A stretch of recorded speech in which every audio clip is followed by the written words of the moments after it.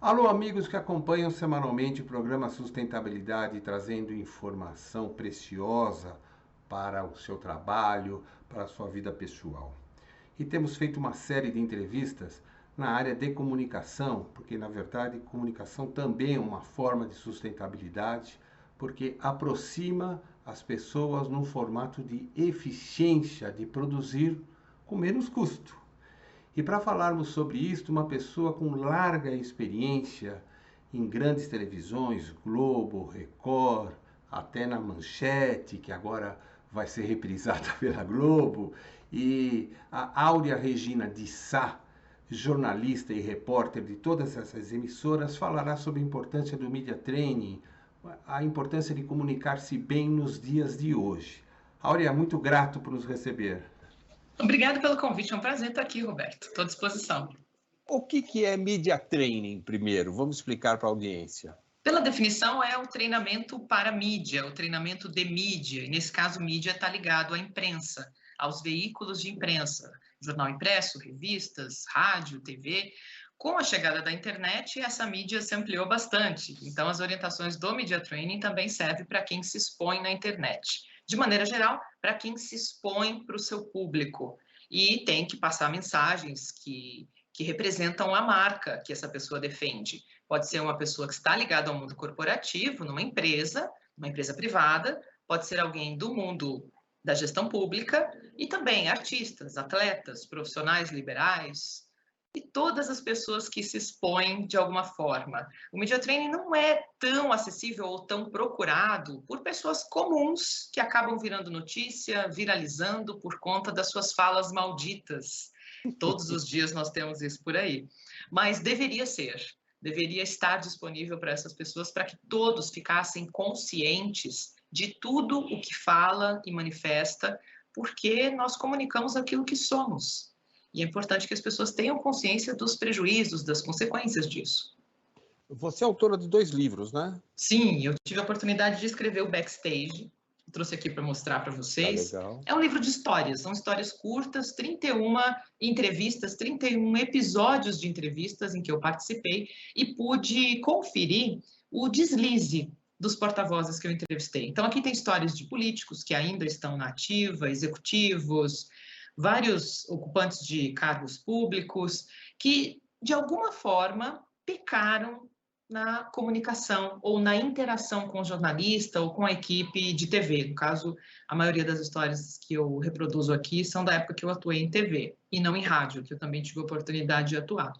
E faço também as recomendações práticas em cada capítulo, ao final de cada capítulo, tem um box que eu chamo de Aprenda com a Especialista, onde eu aponto caminhos, indico caminhos para que a pessoa possa ter uma comunicação assertiva, acertada, adequada, e não reproduza o que esse porta-voz indicado aqui, eu não digo o nome de ninguém, não tenho as revelações, mas essa pessoa tem a oportunidade de fazer melhor do que essas pessoas fizeram.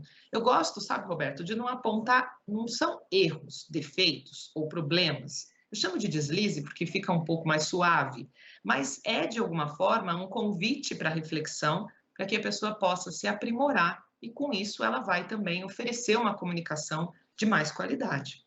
Esse aqui é o 99 dicas para aparecer bem na imprensa. São dicas curtas sobre vários aspectos da comunicação, envolve linguagem corporal, verbal, vestimenta, o discurso propriamente dito, as respostas, o texto que a pessoa vai dizer, a forma de interação com o jornalista, os equipamentos disponíveis para qualquer tipo de situação de entrevista. Tem muitas pessoas que ainda têm dúvidas sobre olho para a câmera, olho para o jornalista. Então, aproveitando numa entrevista presencial, o olhar é sempre direcionado ao profissional que te entrevista, seja um repórter ou um apresentador.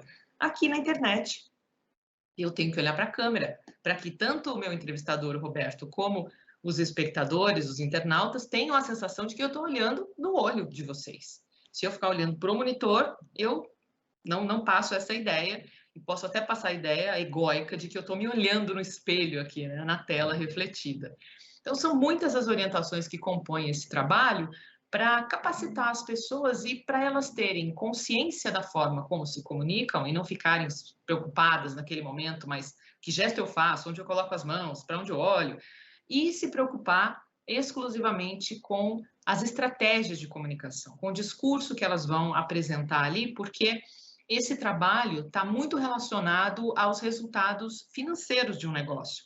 Embora esse desempenho, sendo positivo, vai ter impacto positivo, não sendo positivo, pode gerar crise, o impacto é naturalmente negativo, mas é intangível no sentido de saber quanto a empresa perdeu por causa da declaração inadequada do porta-voz, ou quanto a empresa ganhou, acelerou as vendas por conta de um desempenho tão bom. Não dá para contar isso. Ganho a gente mede, mas a perda é um risco que... Risco é algo que não tem como aferir, né? Antecipadamente, né? Mas tanto resultados positivos quanto negativos não estão exclusivamente direcionados ao desempenho da entrevista.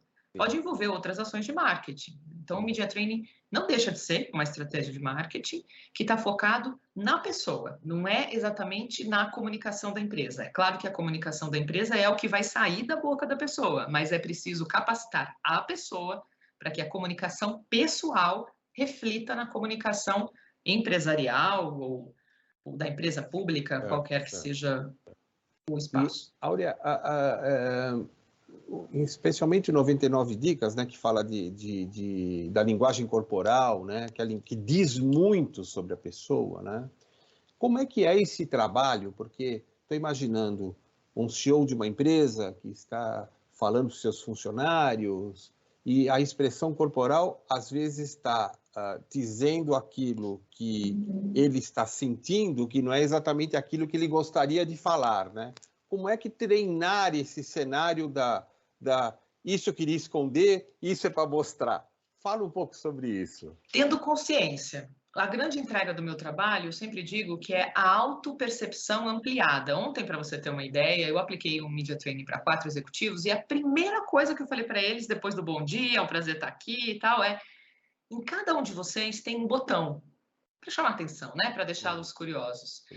É o botão da percepção, encontre onde ele está em você. Então, é uma representação ilustrada para a pessoa entender que deve ser aqui, onde que é esse botão? Eu preciso ligar, eu preciso estar acordada, eu preciso estar perceptiva para observar algumas coisas ao mesmo tempo, tudo junto e misturado. Eu mesma, como se eu tivesse a oportunidade de ter um espelhinho que ficasse aqui do meu lado, o tempo inteiro eu dou uma olhadinha e vejo se eu estou fazendo caras e bocas. Só que isso também não ficaria muito natural, porque será que eu vou olhar bem na hora que eu estou fazendo a cara torta? Talvez não. Sim. Então, eu preciso me enxergar, mesmo não me vendo no reflexo. Sem imaginar um espelho, né? Imaginar um espelho. Para eu não ter um atraso nesse desenvolvimento. O que seria esse atraso? Por exemplo, depois dessa entrevista, ou uma apresentação em público, porque muitas das orientações do Media Training também servem para a pessoa se apresentar em público, guiar reuniões, conversar informalmente, ou seja, todo tipo de situação de comunicação, que são todas, desde a hora que a gente acorda até a hora que a gente vai dormir. A pessoa precisa ter essa noção para que ela possa realmente saber o que fazer. Não exatamente, então eu vou ter que ter cara de paisagem? Não, né? Não é isso. Mas muitas vezes pensar, será que agora faz sentido, depois de ouvir do meu chefe ou, enfim, o CEO ouvir do subordinado, alguma coisa que ele não gostou, ele fazer uma cara torta? Será que faz sentido? Se fizer sentido, se for estratégico mostrar esse descontentamento, faça. Mas é importante que você tenha consciência do que está fazendo naquele momento para saber que decisão tomar. Fazer involuntariamente e depois receber feedbacks, depois que assistiu uma gravação ou depois que alguém falou, olha, aconteceu isso assim, é o atraso. Porque a pessoa vai falar, eu não vi que eu tinha feito essa cara. Ou eu estava com uma cara muito sisuda, parecia que eu estava brava. Ou estava com uma cara de descontente, eu estou tão feliz com esse projeto. Ou dar uma justificativa que não seja verdadeira para ocultar aquilo que está na cara que aconteceu, né? Que é pior. Vai ficar incoerente. Então, é preciso ter esse casamento da linguagem corporal com o discurso. Para eu não precisar do feedback do outro e ficar autônoma no meu próprio feedback, eu preciso me enxergar. O outro movimento é enxergar o outro. Vou tentar ler o outro. Será que ele está contente com o que eu estou? E essa é um grande desafio, porque muitas vezes, eu sempre brinco que pode ter alguém te olhando enquanto você fala, com uma cara assim. Você fala, a pessoa não está gostando. Mas é o jeito da pessoa. É o jeito dele. Talvez ele não tenha se percebido. Isso não quer dizer que ele não está gostando. Ao contrário, ele pode estar muito concentrado, interessado no seu assunto. Então, a gente não deve fazer julgamentos precipitados sem exatamente conhecer, mas é claro que a gente consegue fazer isso de uma forma geral. Por exemplo, diante de uma plateia, está todo mundo desatento, ou a maioria olhando no celular? Bom, a minha fala não deve estar interessante. Então, eu preciso me virar nos 30 aqui para reverter essa história. Numa entrevista, o feedback que eu tenho é diretamente do meu entrevistador, repórter ou apresentador. A plateia eu não vejo. Né? Mas a conversa é exatamente com esse profissional, não é com a plateia. Por isso, não faz sentido olhar para a câmera. E o terceiro movimento é entender o ambiente. Por exemplo, quando a gente vai num hospital, a gente sabe que não deve falar alto, fazer barulho, bater palma. Existem vários recadinhos e já é um senso comum de que aquele lugar a gente tem que preservar o silêncio. Será que a gente lê esses recados que muitas vezes não estão expostos em outros ambientes? É isso que é preciso fazer. Para isso, a gente precisa se conhecer. Por isso, o autoconhecimento... Desculpa te interromper, mas você está me fazendo lembrar da minha mãe, né? Porque, com todo o respeito, eu quero dizer o seguinte, ela dizia, olha, você tem que se inserir, não sei se foram essas palavras que ela disse, né? Apesar que ela tinha, tendo unicamente o primário, né? Mas ela tinha um português melhor que o meu, né? Das óperas que ela, os libretos que liam, e isso era importante. Ou seja, você está me dizendo que a educação faz parte da comunicação. Tenho que saber aonde estou pisando, como estou pisando e como devo me comportar, certo? Isso. Agora, se essa educação não existiu com muito apreço, com muita atenção, é importante se perceber para ganhar o bom senso, que é uma prática também. Você pode não ter nascido com bom senso. Ninguém nasce com nada, né? Nós nascemos vazios. Sim. E nós vamos acumulando esse conhecimento a partir do que vemos, do que sentimos, dos exemplos que temos. Por isso que é importante se perceber para discernir o que é certo e o que é errado. O que é certo e o que é errado nesse momento para mim, para eu me posicionar corretamente diante do outro, para eu posicionar a marca que eu represento. Porque esse, inclusive, é um deslize muito comum de pessoas que representam marcas dizerem: não, mas eu fui sincero, eu falei o que eu penso. Agora, a empresa pensa diferente. Não, não tem isso. Você é a empresa, seu sobrenome é a empresa. Sim. Então, é importante que você incorpore isso. Ah, é muito difícil dizer uma coisa que eu não concordo. Então, é importante se desligar desse negócio. Né? Não é simples assim, mas é uma decisão que é preciso tomar, especialmente para porta-vozes, que são pessoas que estão no topo da pirâmide, os diretores, o presidente, o CEO, para que eles realmente façam o papel deles adequadamente e se sintam bem com isso. Porque para a gente se comunicar bem, a gente precisa se sentir bem na nossa pele. É por isso que o autoconhecimento é a base da comunicação. Eu não vou fazer algo de forma maquiada, teatral, porque eu não serei eu. Eu preciso passar a verdade. E isso é visível, né? Isso fica visível, né? Muito também pela expressão corporal, facial. E aí o conteúdo fica sob júdice, né? Porque mesmo sendo verdadeiro, se a pessoa está tendo uma colocação menos verdadeira, vamos dizer assim, fica todo o conteúdo sob júdice, né? Tem até um episódio interessante que ilustra essa sua fala, Roberto. Aconteceu com Richard Nixon, ex-presidente dos Estados Unidos, em que ele, num debate, numa entrevista de arguição, né, na campanha presidencial, ele teve a percepção, ou reproduziram para ele a percepção dos ouvintes de que ele tinha ido muito bem pelo rádio, quem ouviu no rádio. Quem viu na televisão já teve outra percepção, porque ele suava. Mas ele suava porque estava nervoso? Segundo ele, não, porque ele tinha isso, essa sudorese aumentada. E isso acabou passando para as pessoas a ideia de que ele estava nervoso. Então, o suor excessivo pode passar essa ideia, tiques, o não olhar no olho, o desviar do olhar pode passar a ideia de que a pessoa está inquieta, ansiosa, será que ela está com medo? Será que ela está mentindo? Será que eu acredito nela? O nível de confiança que o outro vai ter sobre nós depende muito da forma como a gente se expressa. Perfeito.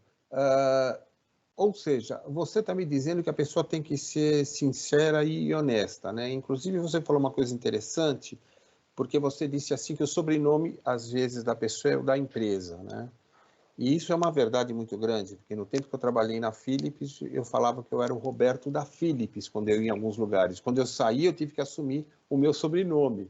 Então, eu mudei de sobrenome. Né? É uma coisa... E a gente tem até que trabalhar o mental nisso, porque é uma mudança de paradigma dentro da gente mesmo. Ou seja, eu me expunha de uma forma que era aquilo que o meu coração achava que eu era diante dos outros, né? Então, assim, isso significa comunicar-se bem. Contudo, nós temos que desenvolver relações saudáveis, que é das expressões que você coloca, né, nos seus livros. O que vem a ser uma relação saudável, especialmente considerando os aspectos hierárquicos que são necessários numa organização? A relação saudável é aquela baseada em virtudes.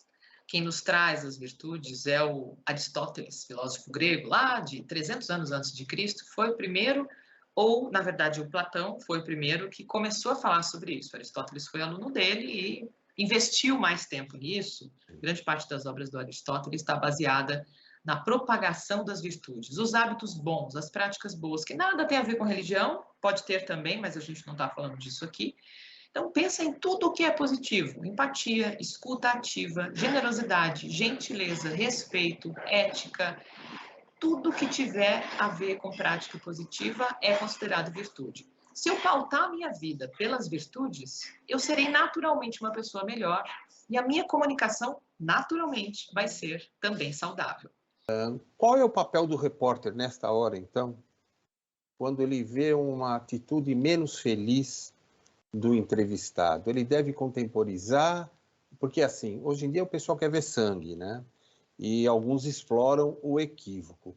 Qual é o limite da ética? Quanto Platão você tem que estudar para saber essa linha tão tênue daquilo que eu devo dar uma segurada? É mais estudar você, cada um, do que o Platão, viu? Porque a gente pode se ajudar muito, claro que não estou dispensando as leituras, mas é importante se voltar para si. Isso vai depender muito, Roberto, da política editorial do veículo, do objetivo do jornalista naquele momento, e ele vai contemporizar, sim, se ele perceber que não faz sentido nenhum explorar aquele ponto negativo, mas, infelizmente, a imprensa, de uma maneira geral, aposta muito no sensacionalismo e nessas questões polêmicas para ganhar audiência. Quem dera nós tivéssemos um jornalismo, e eu não estou me referindo só ao Brasil, mas ao mundo inteiro, seria muito importante que os próprios jornalistas pudessem ver de fora o que tem feito, para perceber se eles se orgulham ou têm vergonha do que estão colocando no ar ou do que estão publicando no papel. Se eles realmente entendem que estão prestando o papel social a que foram destinados e transformando a sociedade a partir de um trabalho positivo. Da informação. Da informação, não positiva no sentido de mundo cor-de-rosa, não Sim. é poliana. Verdadeira. Nós temos coisas ruins e é importante que nós tenhamos acesso às coisas ruins. Por exemplo, no início do tal do sequestro relâmpago. Você não quer que seja noticiado? Sim, eu preciso saber que isso existe, para não dar bobeira no sinal de trânsito à noite e ser assaltada. Mas eu não preciso saber isso o dia inteiro, com todos os detalhes, e por aí vai, né? Em todos os tipos de crimes que existem. Porque isso gera medo. E muitas vezes, para a economia, é até favorável que a sociedade tenha medo. Uma sociedade empoderada, que não tem medo, que se desafia, que entende o seu potencial, ela questiona, ela cobra. E isso não é interessante para governos. É por isso que é muito favorável que a mídia explore o sensacionalismo, porque gera medo e apela para a emoção. A gente tem muitos veículos positivos que exploram esse lado favorável. E eu quero dar o exemplo aqui do Só Notícia Boa, que é de um grande amigo, que foi jornalista comigo na TV Cultura, em São Paulo, e que, cansado dessa dinâmica da imprensa, resolveu montar esse portal que só tem notícias boas. Então, o negativo acaba... Faz uma propaganda minha, o portal Sustentabilidade também só coloca notícias de sustentabilidade, os avanços da responsabilidade social. Perfeito, quem acompanha aqui o seu canal já sabe disso, né? Tem essa confirmação e pode notar a sensação que tem quando ouve as entrevistas que você faz, com os assuntos positivos que você traz, e quando ouve um programa de TV que só traz crimes, sim, que só apela para o sensacionalismo. Mas aí você está diante de um grande desafio que eu quero te provocar, né? Porque você está dando media training, né? Legal. Você tem que educar as pessoas, é isso que a gente está percebendo, é claro, isso é nítido. Mas se nós pegarmos o top 10 de influencers, não tem um professor, não tem um cientista, não tem ninguém. E pode ser que tenha alguém dirigindo uma empresa que hoje esteja com esse padrão cultural. Que desafio é esse, minha amiga, para você fazer a pessoa olha, Dá uma olhada no que você está fazendo. Como é que é isso? Dá uma olhada no que você está fazendo no sentido dos influenciadores? Você está se referindo? Isso. Esse é o grande desafio, inclusive, de quem acompanha esses influenciadores, que também precisam ligar o botão da percepção para entender que tipo de consumo elas optaram por fazer, que tipo de informação, de notícia ou de comportamento elas estão percebendo nesses influenciadores e estão usando, praticando também, copiando. Porque os exemplos, eles podem ser positivos ou negativos. E uma pessoa com grande visibilidade, que tem comportamentos negativos, que não acrescentam valor para a imagem, para a construção de uma vida, de uma carreira, isso pode não ser benéfico. Então, a gente não tem outra saída senão entender que é a sociedade, é o leitor, o espectador, o internauta, que vai definir quem ele quer seguir. Mas eu compartilho da mesma indignação que você, Roberto. Muita gente com muita visibilidade, com muitos seguidores e que talvez não esteja aproveitando tão bem esse espaço. De outra maneira, existem outros influenciadores que, quando deslizam, também são condenados pelo internauta. É o famoso cancelamento. Sim. Então, existe uma percepção, eu tenho a percepção de que há um discernimento da sociedade sobre o que pode ser feito e o que não pode ser feito. Tanto é que o cancelamento está provando isso. Sim. Me diz uma coisa, quando um diretor de uma empresa, um CEO, está se comunicando e ele comete um deslize naquilo que ele está falando, quer seja um erro de português, uma colocação menos feliz, tal, ele deve pedir desculpa para a audiência, vamos chamar assim, e corrigir a postura? Como é que você enxerga isso? Sim, ele deve. O primeiro movimento é vestir a roupa da humildade e dizer que não foi feliz na fala, não gostaria de ter exposto isso. Desculpas como preconceito estrutural, vou falar preconceito para generalizar todo tipo de preconceito, porque não é só machismo, é um composto muito usado para machismo, mas também existe racismo estrutural ou qualquer outra coisa. E não é justificativa, né, dizer, porque senão fica o melô da Gabriela. Eu nasci assim, sempre fui assim, eu cresci assim. Não. Melô da Gabriela. Faz sentido para um adulto ter discernimento para optar que tipo de crença eu quero manter na minha mente, que vai pautar as minhas ações, meu comportamento e minhas falas. Que tipo de crenças eu percebo que são obsoletas, que talvez eu tenha herdado da minha família, de amigos, da mídia, de qualquer outro lugar, mas que agora questionando não faz sentido pensar assim. Então, eu preciso fazer essa reflexão para entender o que eu vou continuar acreditando, porque isso naturalmente vai sair da minha boca. Senão, Roberto, fica aquela orientação que eu não dou, porque eu acho que não funciona, que é policie-se. Não fale coisas delicadas. Cuidado para falar sobre racismo, ou sobre machismo, sobre feminismo. Não, cuidado não. Recicle-se. Transforme-se internamente, por isso o autoconhecimento é o grande caminho, para que você não tenha que se policiar. Imagina você com um policial militar do seu lado, com uma arma na cintura. Não, é muita atenção isso. E aí o que acontece? Duas coisas. Ou a pessoa fica tão travada, com medo de falar alguma coisa, e acaba não falando, não se expressa, não é natural, não interage, não convive com as pessoas de forma saudável. Ou então ela acha que, eu sou autêntico, eu falo o que eu quero mesmo, quem quiser que goste de mim. E o prejuízo disso é muito forte, muito grande. Sim. Bom, nós estamos chegando ao final do nosso bate-papo delicioso, por sinal, estou aprendendo muito com você. E me diga uma coisa, você está fazendo um trabalho bem bacana no LinkedIn, né? Que hoje é uma forma de comunicação, que é um outro cenário de comunicação. Fala um pouquinho sobre esse trabalho. Há um ano, nós apresentamos no LinkedIn uma iniciativa que foi apelidada de Networking 4x4. E essa iniciativa, que foi uma parceria que eu fiz com o Luciano Steffen, que é um outro linkediano, que também é muito ativo no aplicativo, é uma proposta de que as pessoas possam se encontrar, 4 pessoas a cada reunião, para trocar informações sobre o que fazem. Então, a gente vai se apresentar como se estivesse numa reunião presencial de networking, mas a gente faz isso pela internet, contar o que faz, um pouco da história de vida, quais são os clientes que atende, para ficar na cabeça dos outros 3 com aquela informação. Não existe uma obrigação de indicação, de apresentação para outras pessoas, mas se houver oportunidade, se a pessoa tiver marcado aquela pessoa com quem ela interagiu e quiser fazer essa referência, ótimo, é sempre bem-vindo. Isso é o networking, né? Mas como não é um programa que tem pagamento ou nenhum compromisso, nenhuma responsabilidade das pessoas que participam, é só mesmo uma proposta de conhecer os outros, a gente deixa totalmente à vontade. E é muito positivo. Em toda reunião, a gente se sente muito agradado pelo astral, pela leveza das pessoas, pelas histórias interessantes que elas têm para contar. Isso acaba provocando uma aproximação maior nas postagens do LinkedIn. Naturalmente, as pessoas que se conheceram naquela reunião vão comentar mais nos posts das outras, vão ampliar o conhecimento. Tem muita gente que se conhece pessoalmente, marca cafés para se conhecer, agora que a pandemia já está melhorando, isso vem acontecendo bastante.